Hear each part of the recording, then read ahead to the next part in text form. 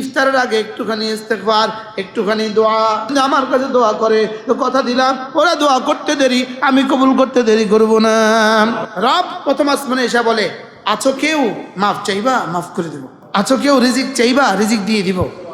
আছো কেউ সুস্থতা চাইবা, সুস্থতা দিয়ে দিব। চারি খাওয়ার আগে 2 রাকাত তাহাজ্জুদ পড়বো, 2 রাকাত তাহাজ্জুদ পড়বো। সাহারির আগেও খেতে পারবো, সাহারির পরেও পড়তে পারবো। 2 রাকাত তাহাজ্জুদ পড়বো। আল্লাহ তাআলা বলেন, তুমি যদি তাহাজ্জুদের হক আদায় করো, আমি যাও তোমাকে প্রশংসিত করার হক আদায় করবো। তাহাজ্জুদ পড়লে কি কি লাভ হয়? তাহাজ্জুদ পড়লে 1 নম্বরে আদিয়ান লিল ওয়াজে, চেহারাটা আলোকিত হয়। সুবহানাল্লাহ। মিনহাতুন লিল ইসমি, গুনাহ থেকে তোমাকে ফিরিয়ে রাখে। সুবহানাল্লাহ বলেন। মিগফারাতুন লিযামবি, গুনাহগুলোকে মুছে দেয়। সুবহানাল্লাহ বলবেন না? মিরদাতুন লিরব্বি, রবকে খুশি করে দেয়। 40 জন সাহাবীতে বর্ণিত আছে ওই হাদিস। আল্লাহ তাআলা বলেন, হাদিসে কুদসি আল্লাহ তাআলা বলেন, আমি না প্রথম আসমানে যখন রাত 3য় অংশ চলে যায়, আমি প্রথম আসমানে নেমে আসি। যে তাহাজ্জুদ পড়ার সৌভাগ্য যার নসিব হয়ে গেল, তার ফজর জীবনে কখনো ছুটবে না। তাহাজ্জুদ দারিদ্রতাকে ক্রস মেরে দেয়। সুবহানাল্লাহ বলেন। তাহাজ্জুদ চেহারার বেনূরকে ক্রস মেরে নুরানি করে দেয়। এটাকে চেহারাকে কি করে দেয়? নুরানি করে দেয়। রব প্রথম আসমানে এসে বলে, আছো কেউ মাফ চাইবা, মাফ করে দেব। আছো কেউ রিজিক চাইবা, রিজিক দিয়ে দিব।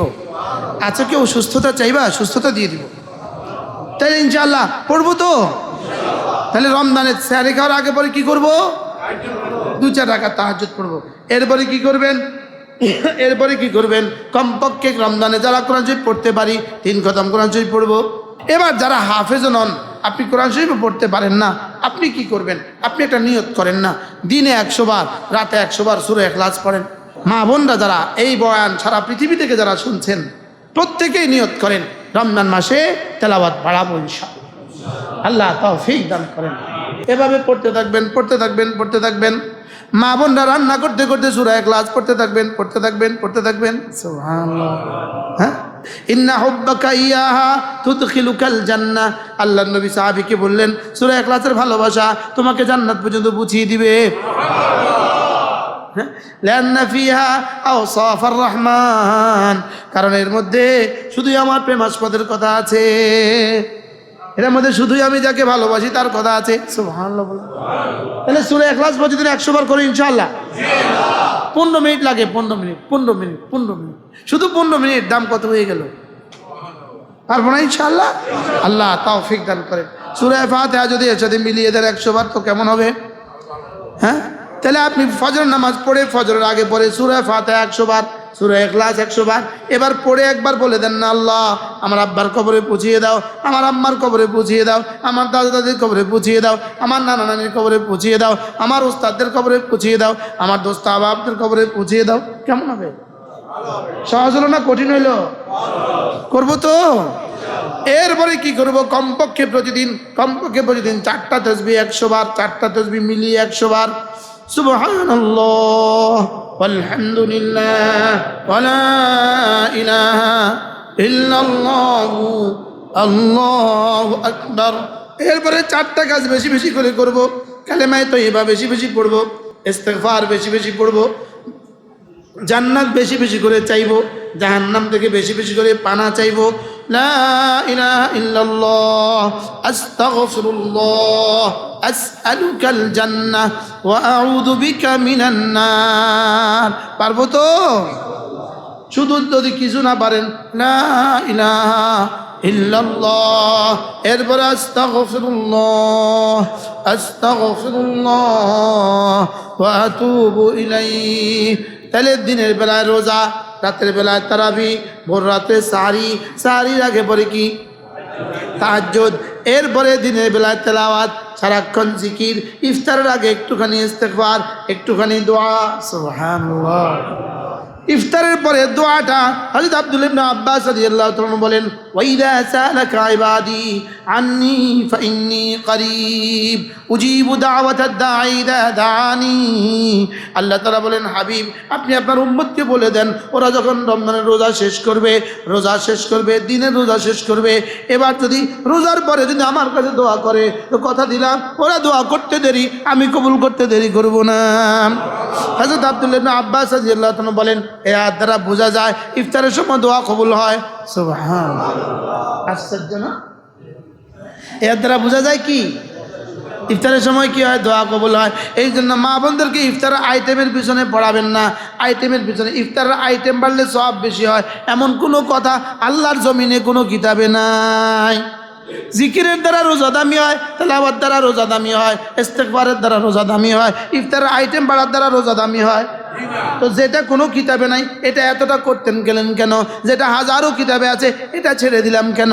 হ্যাঁ, দিনের বেলা রমাদানের রোজা যদি তুমি হক আদায় করতে পারো, মান সামা ঈমানাহু ওয়া ইহতিসাবাম, রমজানের দিনের বেলায় যদি তুমি রোজার হক আদায় করতে পারো, রোজা মানে খাওয়া ছেড়ে দেওয়া, হালাল খাওয়া ছেড়ে দেওয়া, হালাল পানীয় ছেড়ে দেওয়া, হালাল বিবি ছেড়ে দেওয়া, এই তিনটা ছেড়ে দেওয়ার সাথে সাথে রোজা মানে রমজানের দিনের বেলায় রাত্রিবেলায় সমস্ত হারামগুলো ছেড়ে দেওয়া।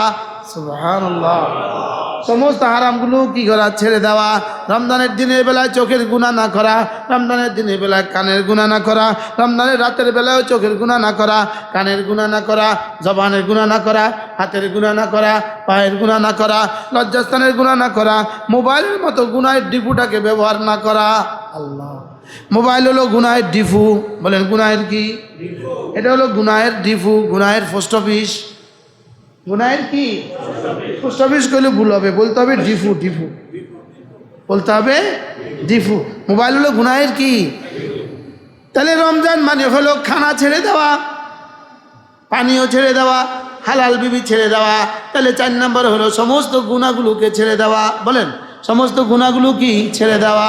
রমজানের এই তিনটা ছেড়ে দেওয়ার দ্বারা হয়ে যায় পেটের রোজা, আর গুনাহ ছেড়ে দেওয়ার দ্বারা হয়ে যায় রুহের রোজা। তিনটা ছেড়ে দেওয়ার দ্বারা কি হয়ে যায়? পেটের রোজা। আর গুনাহ ছেড়ে দেওয়ার দ্বারা কি হয়ে যায়? রুহের রোজা, দিলের রোজা হয়ে যায়, কলবের রোজা হয়ে যায়। এজন্য পেটের রোজা, শুধু পেটের রোজা, এটা দিয়ে শরীরের তো কিছু ফায়দা হয়, লেকিন রুহের রোজা দ্বারা রুহের ফায়দা হয়। সুবহানাল্লাহ বলো। কি ভাই, তাহলে আমি কি পেটের রোজা রাখবো না রুহের রোজাও রাখবো? পেটের রোজাও রাখবো, রুহের রোজাও রাখবো। সুবহানাল্লাহ বলেন না ইনশাআল্লাহ। যদি কোনো মুসলমান পুরো 30 দিন মক্কা শরীফে আল্লাহর ঘরে ঢুকে যেতে পারে, তার রোজাটা কেমন দামি হবে? রমজানের নিজের জিম্মা আমি মনে করি কোনো কাজ না রাখা। ইমাম মালিক রহমতুল্লাহ রমজানের দিনের বেলা, রমজানের রাতের বেলায় তিনি হাদিস পড়তেন না, হাদিস পড়াতেন না, ওয়াজও করতেন না, নসিহতও করতেন না, ফতোয়াও লিখতেন না। তিনি বলতেন রমজান হলো শাহরুল কোরআন, রমজান হলো কোরআনের মাস। রমজান কিসের মাস? আবার বলেন রমজান কিসের মাস? রমজান হলো কোরআনের মাস। রমজান হলো দিনের বেলায় সিয়াম, রাতের বেলায় কিয়াম, আর দিন রাত্রে কোরআন। শাহরুর রমাদান, এটা রমজান মাস। এটা কি মাস?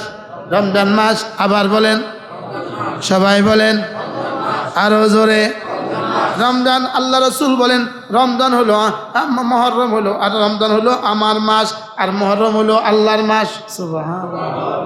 রমজান হলো শাহরি, রমজান হলো আমার মাস।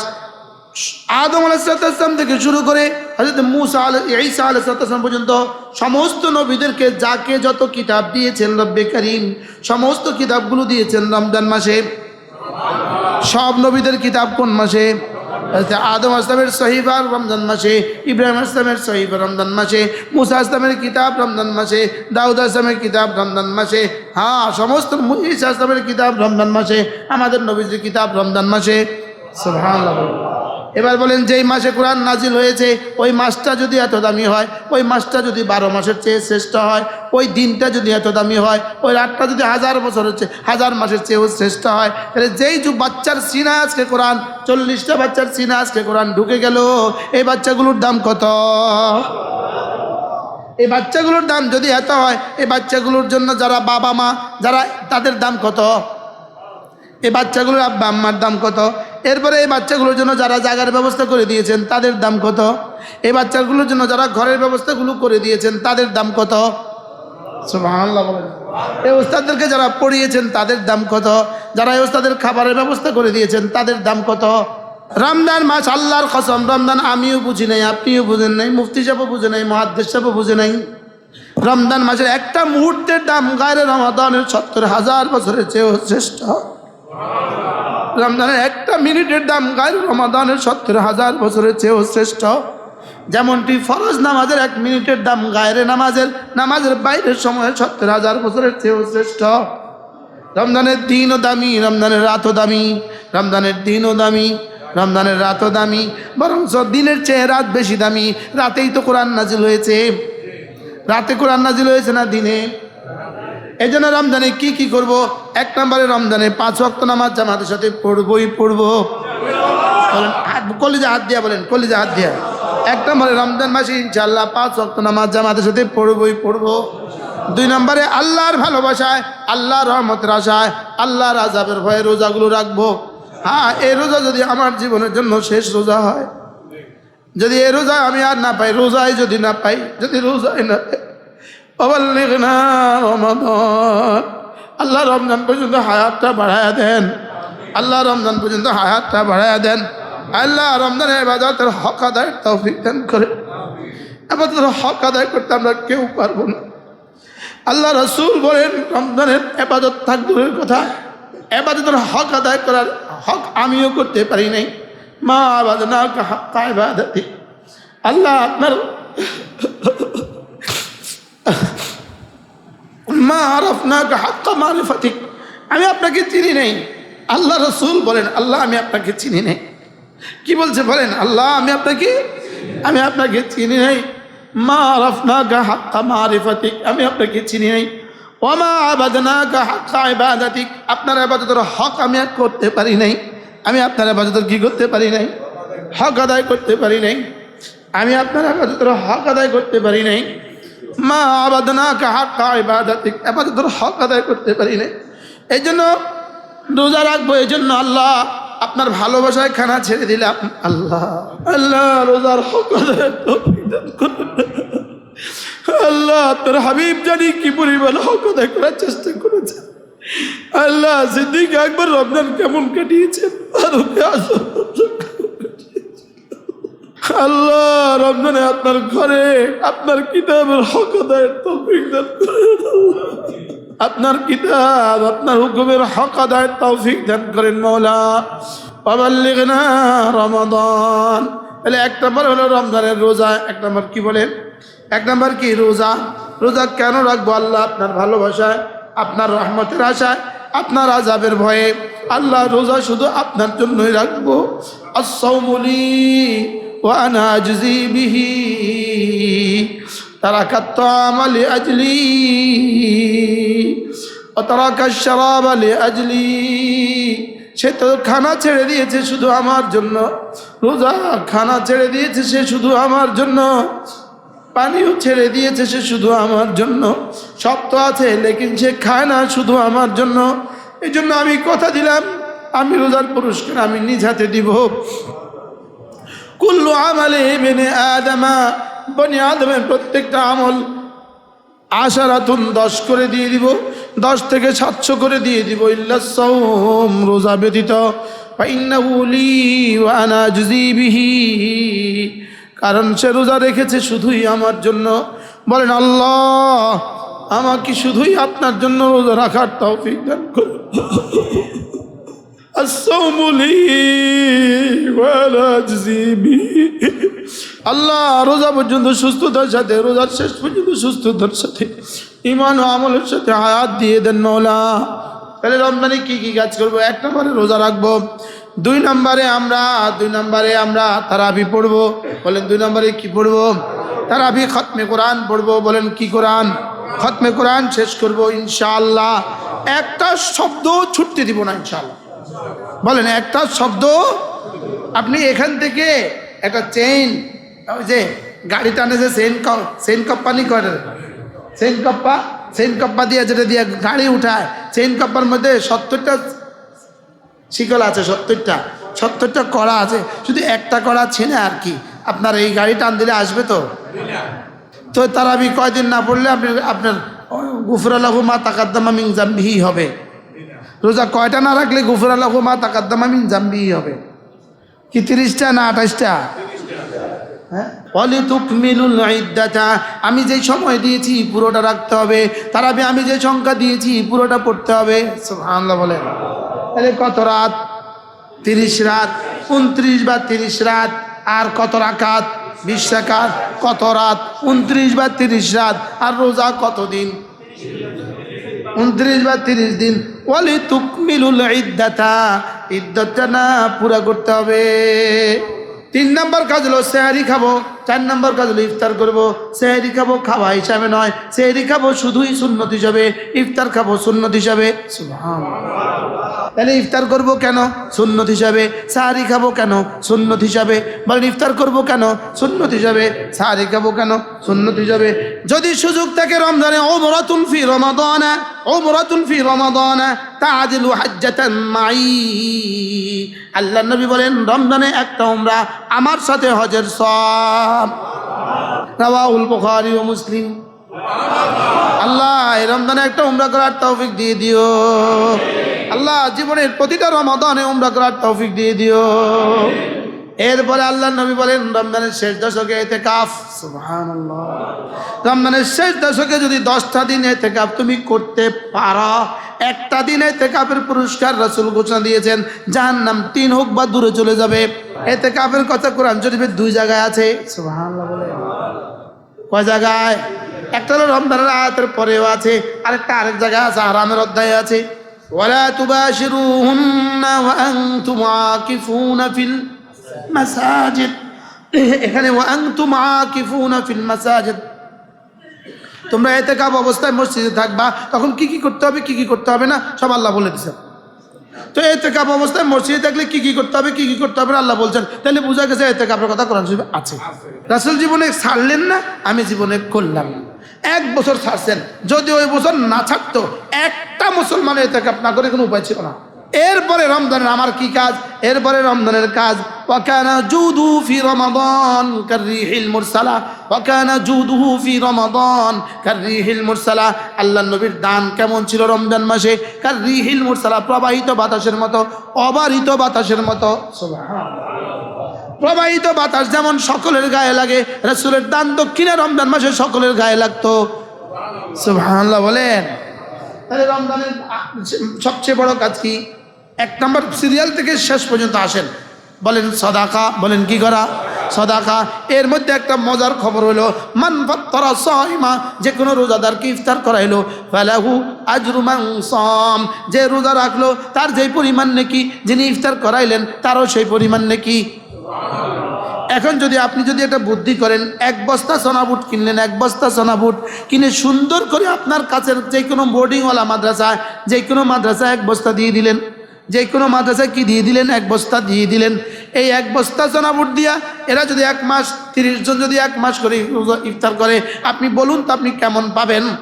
ইফতার পার্টি দিলেন, ইফতার পার্টি, এক বক্স বানালেন 800 টাকা 1000 টাকা, এক বক্স মানে 800 টাকা 1000 টাকা। আসরও পড়লো না, মাগরিবও পড়লো না, এই বক্সেই গেল, এই বক্সেই গেল, ইফতার পার্টি ধুমধারাক্কা খায়া চলে গেল। এতে কিসের নে কি হবে আমার বুঝে ধরে না। বাস্তব না বাস্তব? আর যদি আপনি আপনার 1 বস্তা খেজুর, এই 1 বস্তা খেজুরে কত কিলো হয়? আচ্ছা 25 কিলো তো আছে, 25 কিলোর 1 বস্তা খেজুর আপনি যদি কোনো মাদ্রাসা দিয়ে দেবেন, ভাই কত পড়ে? 10 কেজি 1 প্যাকেট, ভালোটা 10 কেজি 1 প্যাকেট কত পড়ে? 2000 টাকা। আচ্ছা 2000 টাকা, 10 কিলো 1 প্যাকেট 2000 টাকা। 5ই আগস্টের আগে রমজানে খেজুর কত দিয়ে খাইছেন জানেন? যত দিয়ে কিনছেন 300 প্যাকেট, 300 গুণ ব্যাট দিচ্ছেন, 300 গুণ। মাশাআল্লাহ। একজনে দিবে 2 কার্টন, আল্লাহ তাআলা কবুল ফরমান। দাদা দাদির ইসালে সবের নিয়ত করো। আমার নানা নানিরও বলিস না, আমার ভাগিনা 2 কার্টন ইনশাআল্লাহ খেজুর দিবে ইনশাআল্লাহ, আল্লাহ তাআলা কবুল করেন। নিজের আখিরাতের জন্য সঞ্চয় করুন, আল্লাহর কসম। ওয়া আনফিকু মিম্মা রাযাকনাহুম মিন ক্বাবলি আন ইয়াতিয়া আহাদাকুমুল মাউত, মউত আসার আগে আগে দিয়ে দেন, মউত আসার আগে আগে দিয়ে দেন, মউত আসার আগে আগে জমা দেন।